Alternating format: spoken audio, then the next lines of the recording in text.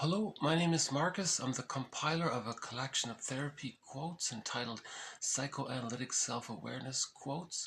This is TQ 546 to 552.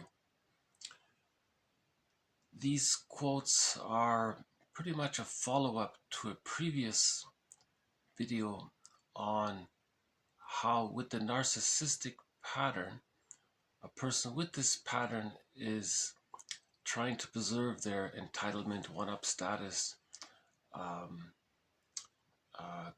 and the defense mechanism associated with that was identification with the aggressor. So, not to blame the mother, but sometimes if the mother's impinging upon the child or wanting to use the child to meet her needs, one self-help slogan is, the mother is there to meet the needs of the child, not the other way around. If it is the other way around, that's called the Jocasta parenting style of mothering. It's not to blame her. She may be caught in her existential dilemma where she didn't get a secure attachment style and thus is not able fully or doesn't know how to offer a secure attachment style to their children. So that intergenerational trauma. But no baby can say to their mother, hey, mom, are you doing to me what was done to you? So she's not aware of it, but she's trying to communicate it, actually. Bergler says if the person is caught in the repetition compulsion of a developmental trauma, they're trying to communicate what happened to them. Right? So anyways, the child is overwhelmed. The theory is, what does the child do if the demands of the mother are impinging upon the child so much and the child can't keep his sense of identity? Because in the very beginning, from birth to 6 months, during the extended womb period, the stage of symbiosis, he doesn't know where he ends and his mother begins. So the child doesn't really have much of a barrier or an ego to separate his impression of himself with his impression of his mother. So if the mother's demands overwhelm the child's needs, one defense mechanism is for the child to cope with this is to identify with the aggressor. So now basically the child thinks, acts, feels like the mother, becomes like her. That's his way of dealing with the anxiety of it, to try to control it somehow. That's the theory. So again, not to blame the mother, but there was a novel in the 60s, a famous novel, where the mother did such a thing. She exploited the child. That child grew up and then exploited others to communicate that when he was a child, he was exploited.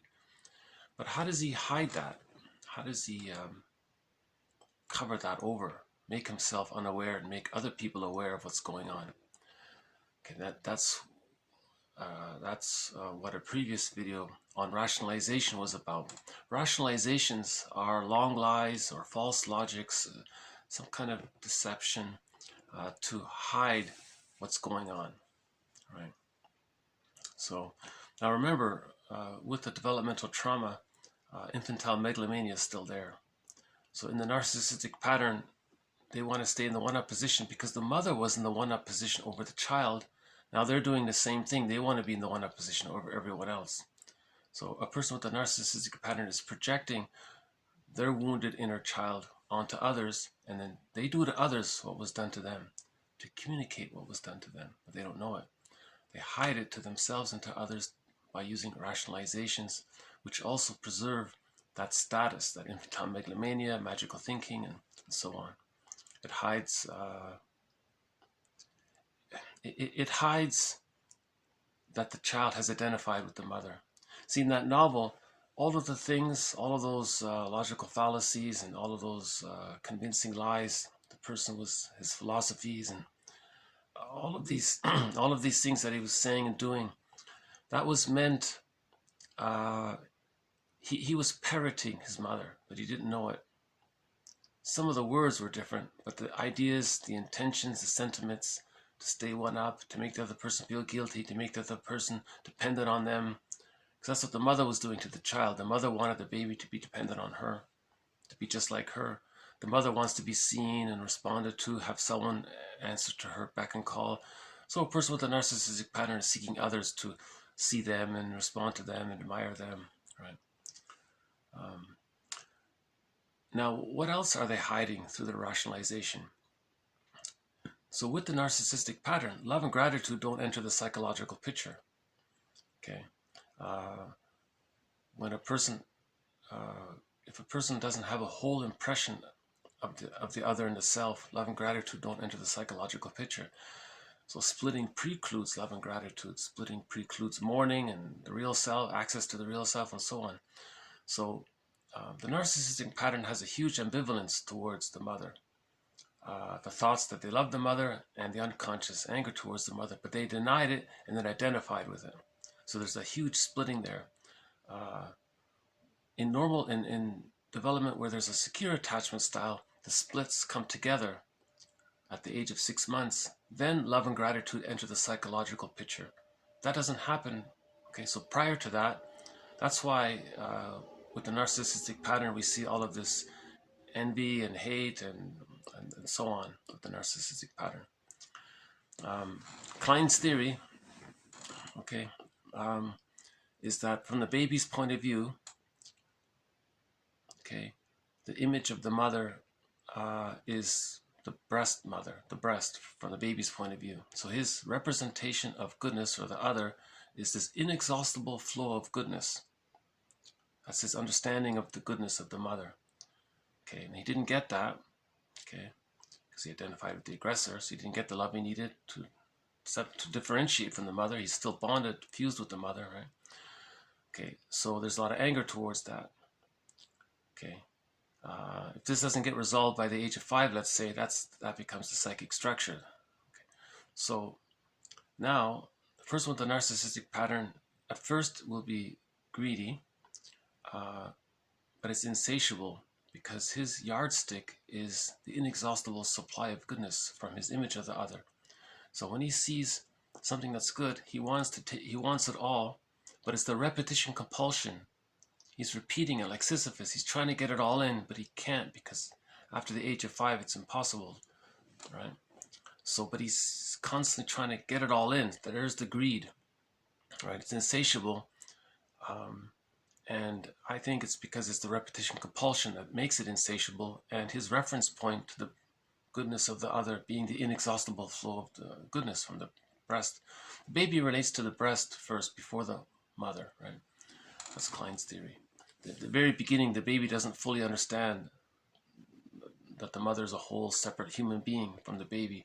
The baby thinks the breast and the breast mother are just an extension of him. Just like when he was in the womb, everything around him was sort of serving him, right? So then in the extended womb, it sort of continues, right? So, okay, and then if he doesn't get what he wants, then he's envious. He hates the good. Okay, then the hate comes out. So a person with the narcissistic pattern is grenvious. There's greed and envy put together. He wants it all, but it's insatiable because he's caught in the repetition compulsion of trying to get what he needed, but he didn't get it. After the age of 5, it can't be done. We have to talk about it and mourn it and heal it and build psychic structure, but the repetition compulsion of the developmental trauma is like Sisyphus. It's a secondary delusion. It can't be done. So a person with a narcissistic pattern is ideally initially he's greedy. He wants it all, but it doesn't stick. He can't internalize it because it's past that critical time, developmentally speaking. Once after the age of 5, his neural networks are set more or less, right? But he's still trying to. His neural networks are a recording of the developmental trauma. So he's actually just repeating the developmental trauma, the broken record we talked about, Berger's metaphor of the record. So greed is insatiable because he's repeating the developmental trauma of trying to get the love he never got. Okay, he's repeating it. on the secondary delusion that he can travel back in a time machine and undo what happened. See, he doesn't have, he's caught with, that's the theory about trauma. When there's trauma, you try to repeat the situation to master it. So greed is an attempt to master his trauma of not getting the love he needed, that he didn't get. Okay, when that's not available, all of his anger towards the breast, okay, or goodness, or anything that represents goodness, all of the anger comes out. And there's the envy, hatred of the good. One author calls it grenvy, right? So how does a person with a narcissistic pattern deceive himself of all of this? How does he lie to himself that he's not greedy, that he's not envious, that he's not grenvious, that he's not identified with the aggressor, that he doesn't know who he is, that he's identified with the aggressor, doing to others what was done to him? How does he hide all of this to himself and to others? How does he...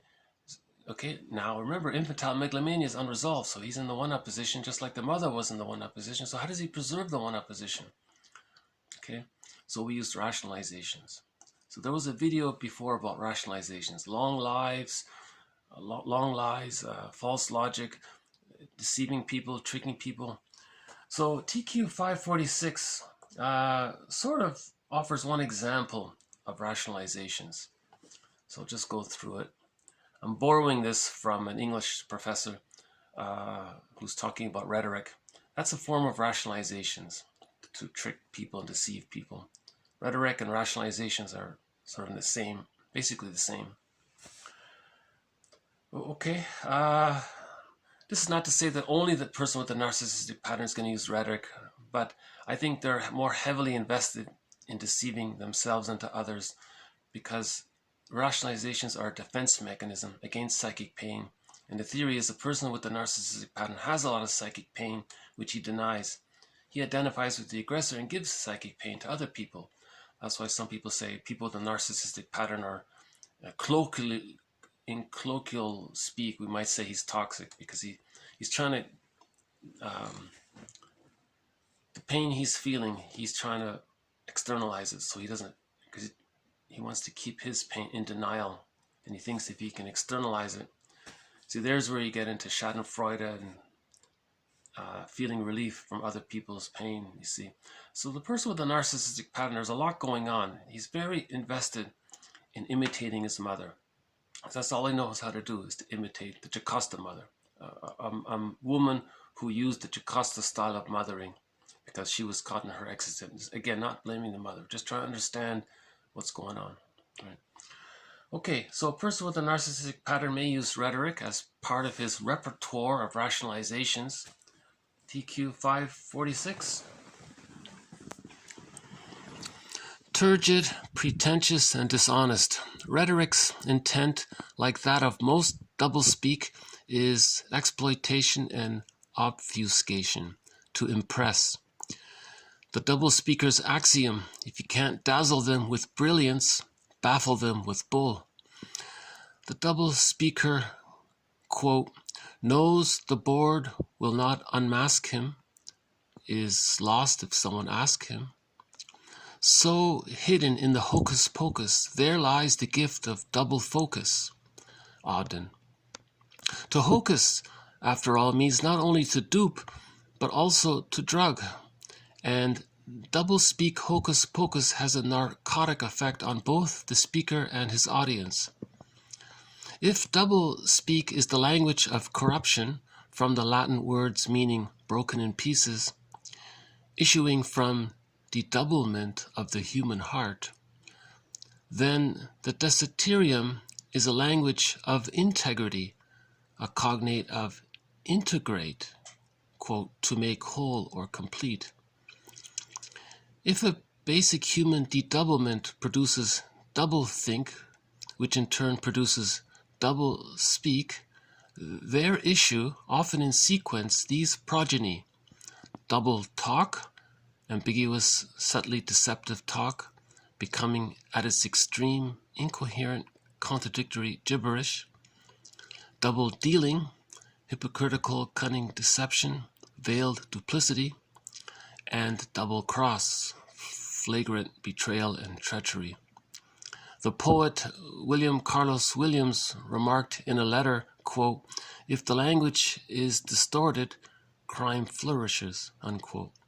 A significant responsibility of the English teacher is to train the student to understand the vast differences between the double focus of the verbal racketeer and the double focus of the literary raconteur.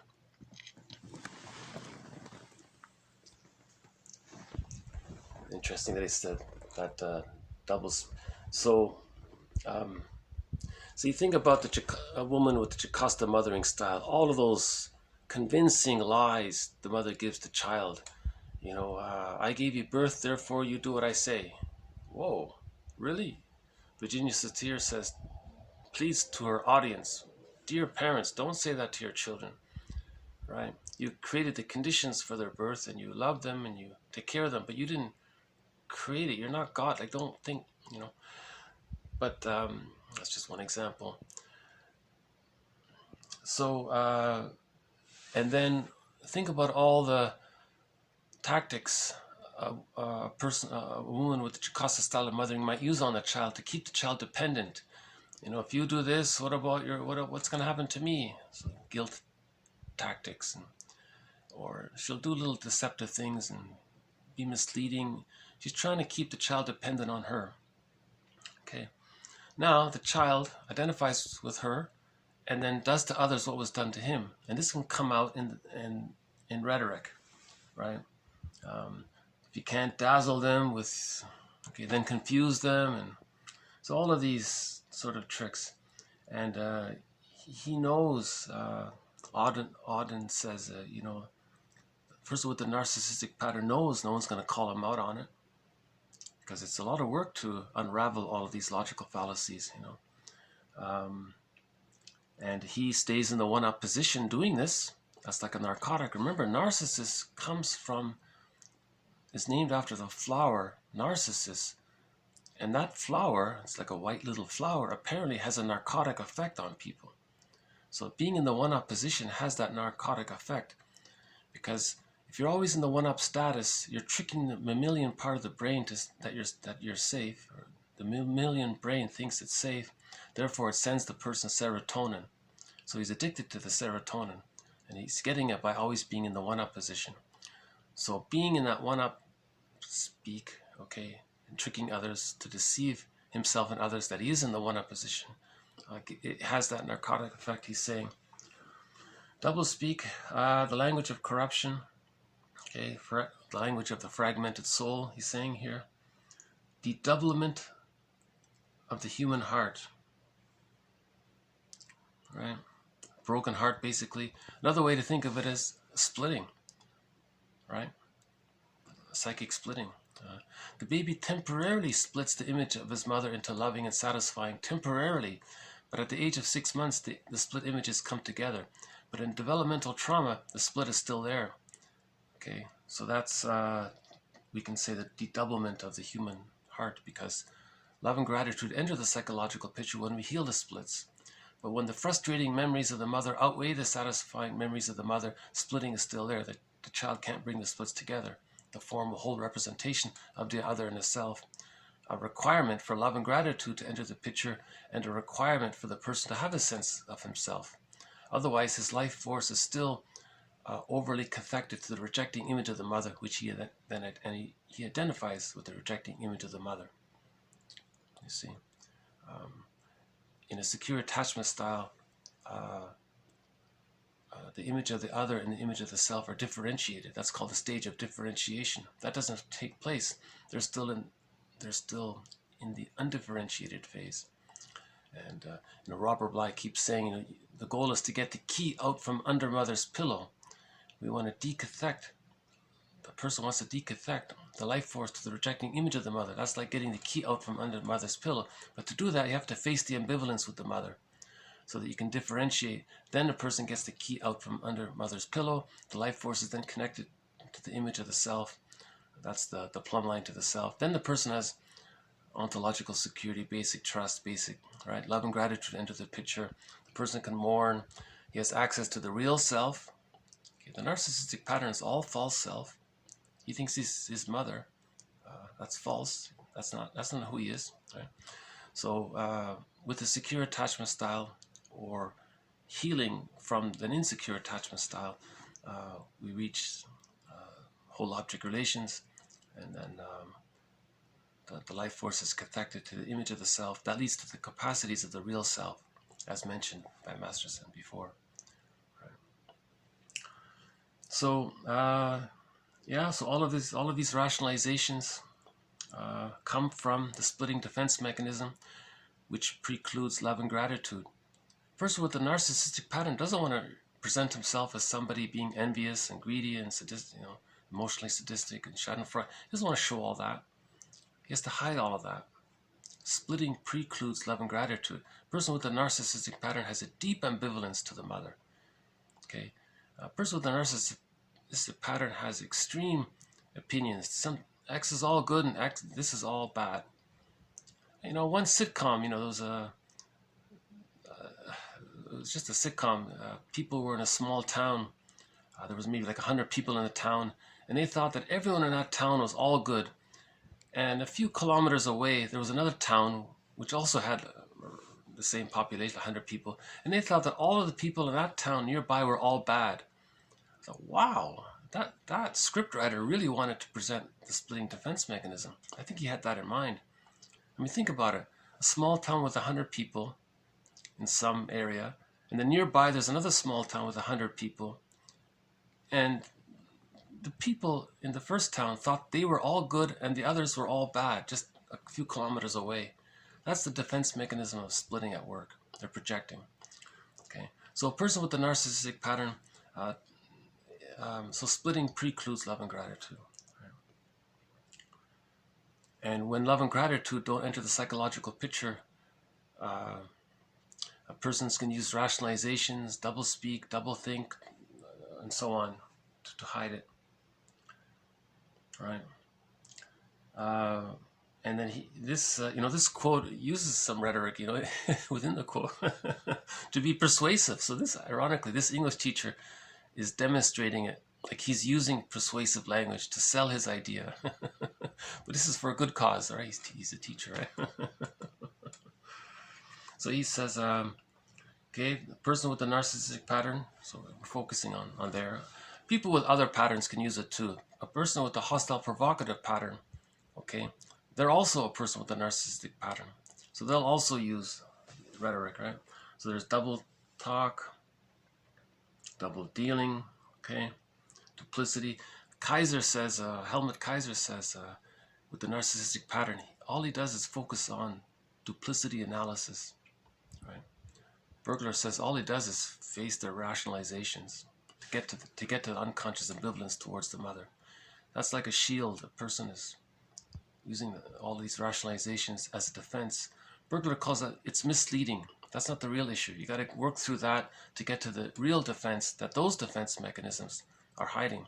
Underneath rationalization are all those infantile, immature defense mechanisms, right?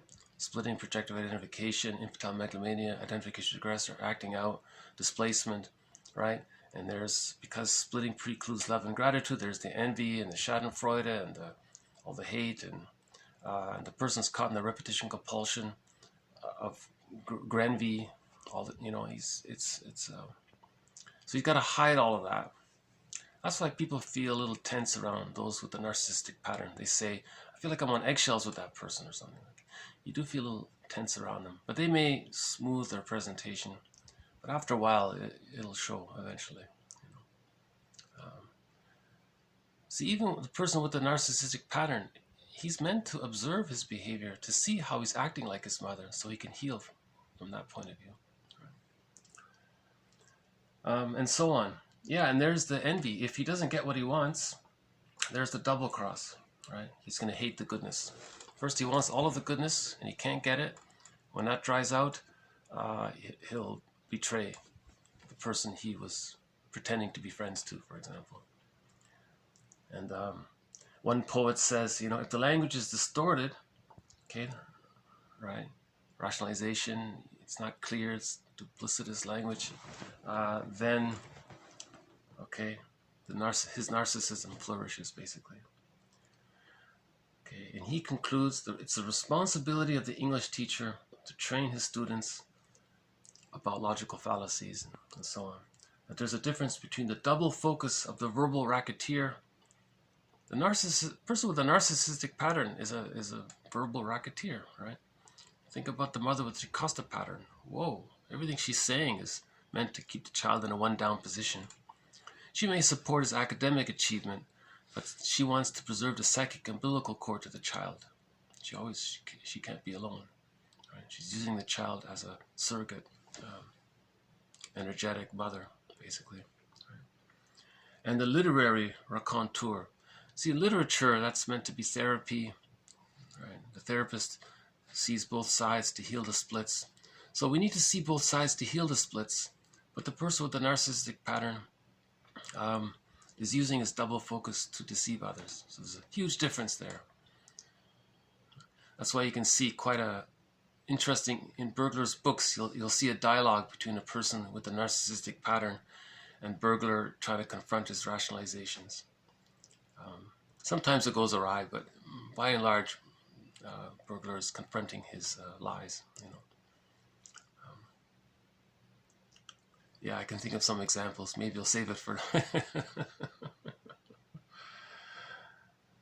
So, you know, Auden there in that quote says, other people don't question it. No one's going to unmask him. They're lost to try to understand the narcissist. So why are they lost? Why are they confused? TQ 547, a proverb. What you wish, you readily believe. So other people with the codependent pattern, they need connection and love. And so they may be drawn to the person with the narcissistic pattern because they'll say what others want to hear. So they're doing it and they don't realize it. That's why finally so many books, self-help books, are written by people with a codependent pattern. And half of the book is about railing against and being angry at themselves and railing against not knowing, and the surprise of not knowing that there is such a thing that exists, that a person can have the narcissistic pattern, who can be so clever in their rhetoric and in words and all that. And so there's a case of a marriage becoming like sour milk. When two people have a secure attachment style, marriage becomes like fine wine. It gets better over time. Okay, marriage with a person with a narcissistic pattern, okay, it's going to become like sour milk. One outcome of it is that it can be like that. If two people when people with the insecure attachment style get married, the relationships tend to be dysfunctional, conflict habituated, hostile dependent, or there's emotional divorce. At best, there's sort of a passive-aggressive compromise. So that's the best version of the four, apparently. But it doesn't become fine wine.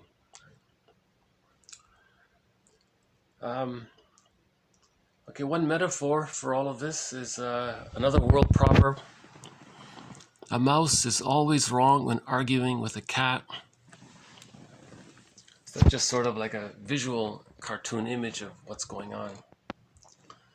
Okay, so a person with the narcissistic pattern, he's everything he says is designed to preserve his infantile megalomania, his entitlement, his grandiosity, his status of just like the status his mother had over the baby. All he's doing is to repeat that developmental trauma. So you can question him and point it out to him. He'll come up with this excuse or that excuse. The logical fallacy, there are hundreds of logical fallacies out there. Right? He'll use every one of them. It's insatiable, you know. And if it's not working, he'll just put the other person down. He has to be sarcastic and cynical and identify the other person's weakness and prod on them and laugh at them and mock. You know, a person with the narcissistic pattern, it's sort of a caricature of what the mother did to the baby. All right. So if a person can see that, he can begin the healing journey. You know.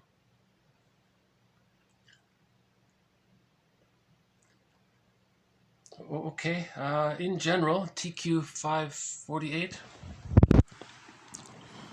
Until a person who has grown up in a dysfunctional home deals with the unavoidable consequences of that upbringing in a very real sense, never leaves home. Okay, so a person with a narcissistic pattern is identified with the mother. He never leaves her. He never leaves his babyhood home. You see? So he's saying until a person who has grown in a dysfunctional family, okay, if the parents were narcissists, that's clearly you grew up in a dysfunctional family, or you can consider it. Remember what Robert Bly says: what you're going to hear, 30% of what you're going to hear is wrong. It's up to you to figure out which 30%. Okay, if he doesn't do some self-reflection, he doesn't leave home. In other words, so if you grew up in a dysfunctional family and you don't face it at some point, you're still there, right? Emotionally, psychically, kind of thing. Everything, TQ 549, you're looking for lies behind the mask you wear. Everything you're looking for lies behind the mask you wear. So the mask are all these rationalizations. Okay, we face them, then we find the immature infantile defense mechanisms. Then we realize there's an insecure attachment style and developmental trauma. Then we realize there's the hidden ambivalence that we're denying. Then we realize we face the ambivalence by wanting to heal. We forgive the other, and then we forgive the self. And within that reparative process, love and gratitude enter the psychological picture. So behind the rationalizations, we're looking for the love and gratitude that's within. It's always there, never really goes away. It's just, it needs the chance to come out. And for it to come out, we have to face all of these layers of defense mechanisms, rationalizations and projective identification. Okay, the splitting. If anyone's caught, like in that sitcom, in the splitting defense mechanism, that's a sign of arrested development. Right? So if you face all of the lies hiding the arrested development, then underneath it, in the healing process, the psyche seeks healing. In the healing process, embedded, the psyche wants to heal the splits. The energy of that is the love energy. So the love and gratitude enter the psychological picture as we heal the splits. That's what we're looking for. It's an inside event. Right? One of the, so we'll do two more tactics of rationalization. So we've done rhetoric was one. Another tactic a person with a narcissistic pattern can use is equivocation. So another, remember, rationalizations are there to deceive the self and to deceive the other, right? So another, so similar to rhetoric, is equivocation. Equivocation, misleading use of a term with more than one meaning. For example, as in the comedy routine, Who's on First? Oh, hold on a sec. I think we have a visitor here. One of the crows. Let's see if we can get a close up here.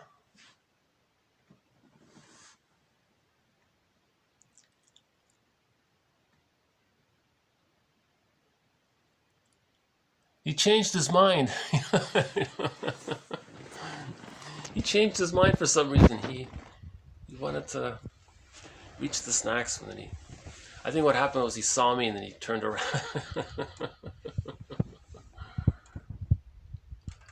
Maybe we'll get another appearance from either the crow or the blue jay. If we're lucky, we'll get a picture of the fox. I haven't seen him in a while, but I think he's still around. Okay, so back to equivocation. One of the tactics a person with the narcissistic pattern in particular, people with developmental trauma after the age of 18 months, let's say, the codependent pattern, they may use some of these, but not as much. They're not filled with envy and hate and schadenfreude. They're not trying to hide all that. They have a sense, they have some basic sense of who they are. It's not fully developed, so they're caught in that middle place. All right. First with the narcissistic pattern, is going to use he's a verbal racketeer, right? And equivocation is one of the tools of that. Equivocation, misleading use of a term with more than one meaning, for example, as in the comedy routine, Who's on First? Changing the meaning of the word in the middle of an argument, calculated ambivalence, deliberate evasion in speech, quote, your equivocation when asked where you were last night isn't reassuring. Often used in order to mislead or hedge, intentionally vague, unclearness by virtue of having more than one meaning, falsification by means of vague or ambiguous language, falsification by means of vague or ambiguous language.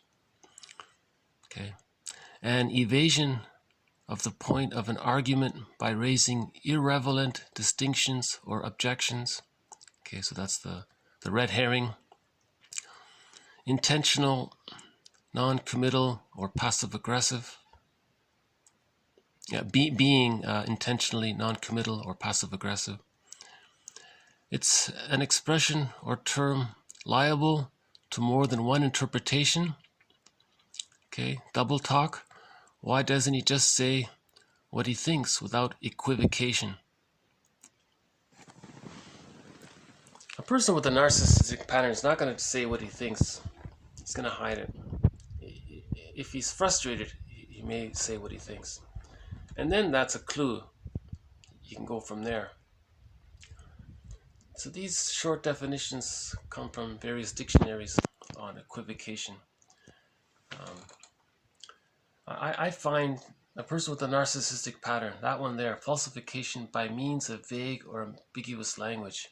If you call him, you mean that? No, I meant the other one. So he's flipping. See, that's how he's staying in the one-up position. Okay, a third technique used to preserve his infantile megalomania, his identification with the aggressor role, and to deny his envy and hatred and schadenfreude and all that. One way to stay in the one-up position is through circular reasoning. Circular reasoning, an argument which says A is true because B is true, and B is true because A is true. So in one cartoon, the character says, the girl says, "You don't believe me, do you? Well, it's a scientific fact that girls are smarter than boys. And do you know who discovered this? Women scientists." Okay, the circular reasoning is girls are smarter because scientists have proven it. We know that scientists are right because they are girls, and girls are smarter. When someone tries to support an argument by just repeating its main premise, then he is using circular reasoning. Okay, so you create a premise, you just automatically delude yourself into thinking that's the truth, and then you just keep repeating the premise, and that's why something is the way it is, because you don't question the premise. So often with the narcissistic pattern, you have to question the premise. I question that premise. What premise? That premise. I didn't mean that. Oh, okay. I'll try again. You'll keep dodging and hedging and dodging,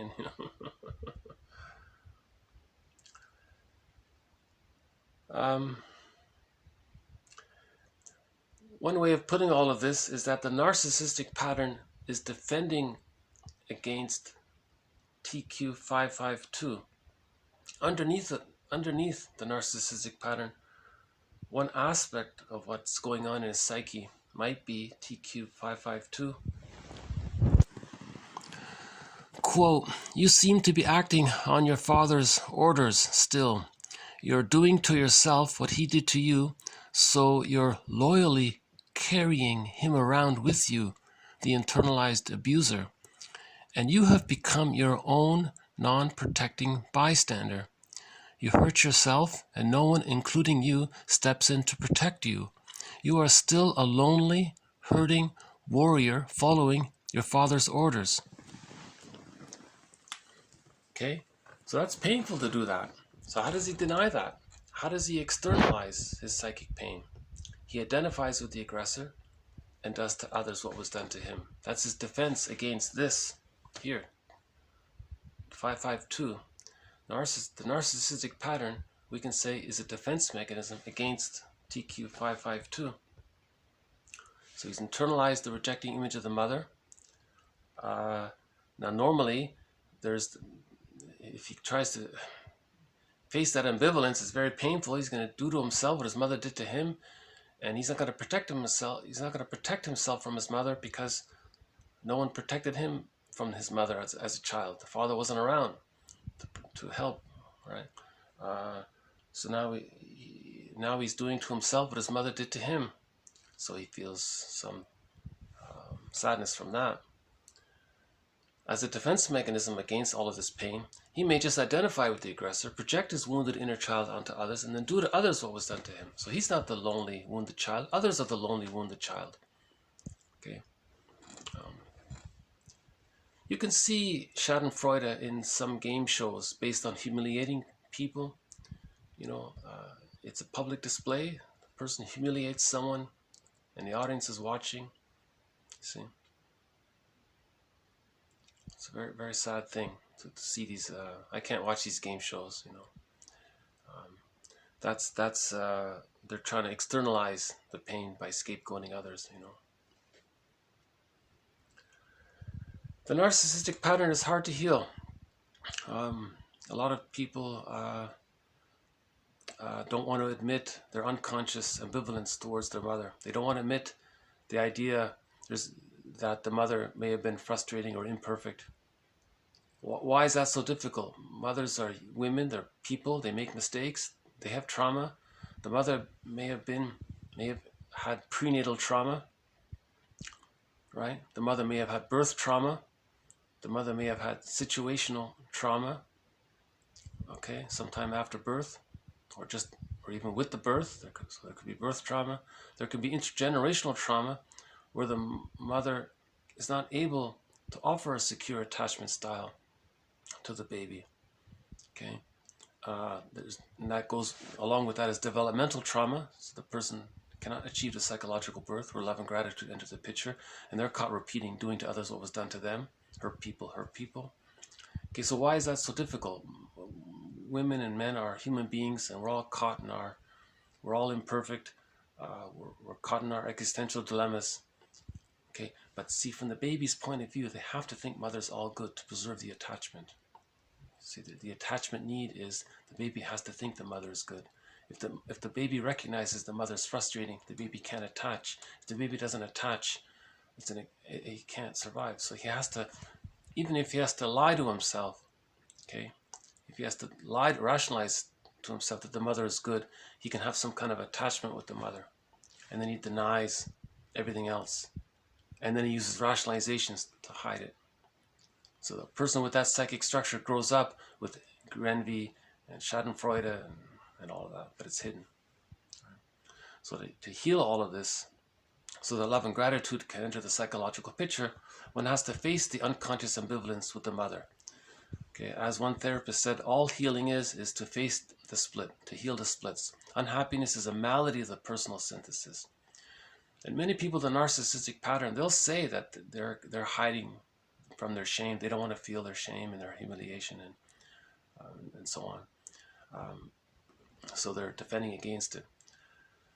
Right? So therapy is to face the unconscious result that the person experienced as a baby growing up in a dysfunctional relationship with the parent. The person has to face that. Like TQ 548 says, until a person who has grown up in a dysfunctional home deals with the unavoidable consequences of that upbringing in a very real sense, never leaves that dysfunctional home. So there's the moral revolution, there's the know thyself, know the conscious self and the unconscious self, so that we can heal the splits. That's used. One person said that's using one's moral agency to heal oneself. Maturity is taking responsibility for one's own healing. Maturity is taking responsibility for one's inner child of the past.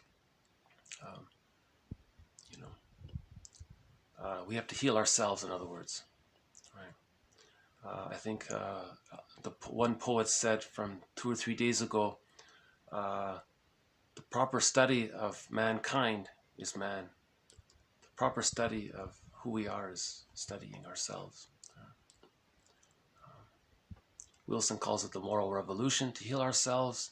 Lowell says it's man's evolutionary task to heal our unconscious history. Okay, we're looking for a synthesis. We're trying to. Robert Bly has this metaphor that by the age of 5, so much of who we really are gets put into this bag, and we drag it behind us. We can call that the shadow soul, the second self of the unconscious. Okay, the secret self, stranger within. In literature, it's the double motif. Okay. So there's the splitting there, and Robert Bly says we spend the rest of our lives trying to get the contents of our unconscious, of what's in the bag, back into ourselves, to own it. Our feeling self is in the bag. Access to the real self is in the bag. So we spend the rest of our lives trying to get it back out and letting it become a part of us. All right.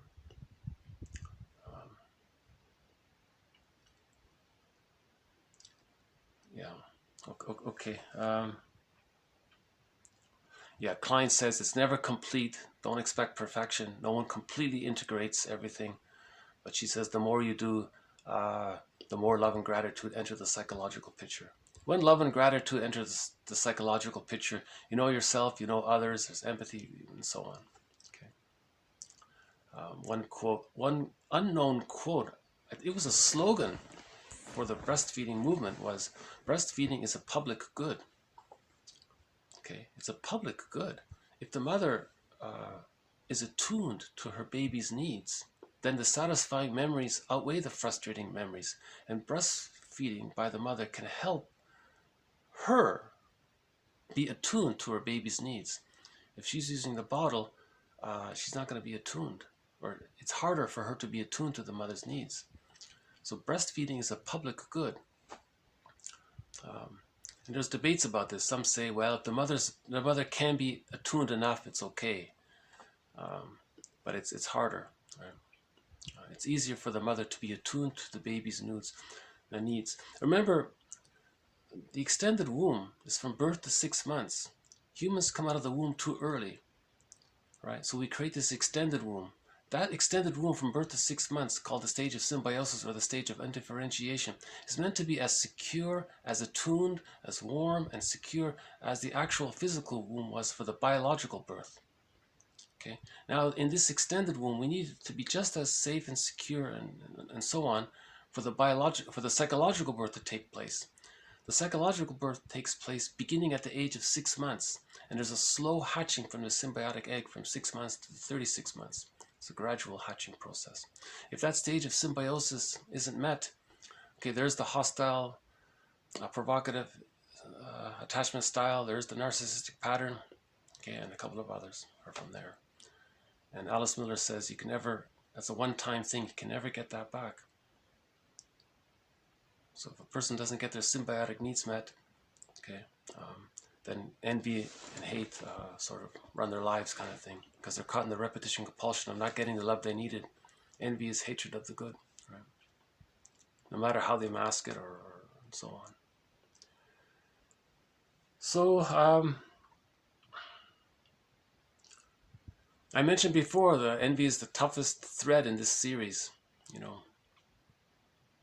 it's the repetition compulsion of not getting the good, where you see the good as inexhaustible. And if you're repeating what you didn't get, and it's a compulsion, and you're chasing after something that you think is inexhaustible, you're constantly in that dilemma of being constantly greedy or envy. And when you're envy, there's the Schadenfreude to relieve the stress of, and so on, of all the envy. All right, so Schadenfreude would give you a stress relief from all of the hate and envy a person would be carrying.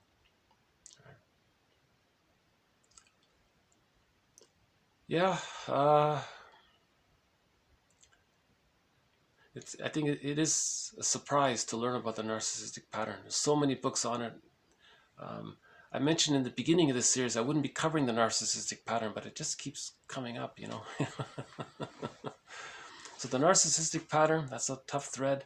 The envy is another one. Unconscious guilt hasn't been covered so much. Splitting is a major one. You know, at the end of this series, that may be the most important concept. Splitting precludes mourning. Splitting precludes love and gratitude. Splitting precludes the psychological birth, which then precludes access to the real self and the capacities of the real self. So healing is to face that unconscious ambivalence towards the mother. Someone suggested that Mother's Day should be called Seeing Both Sides of the Mother, so we can get a balance. Okay, I'll leave it here. I don't see the blue jay or any other bird making a visit, but it's a nice sunny day. It's a blue sky.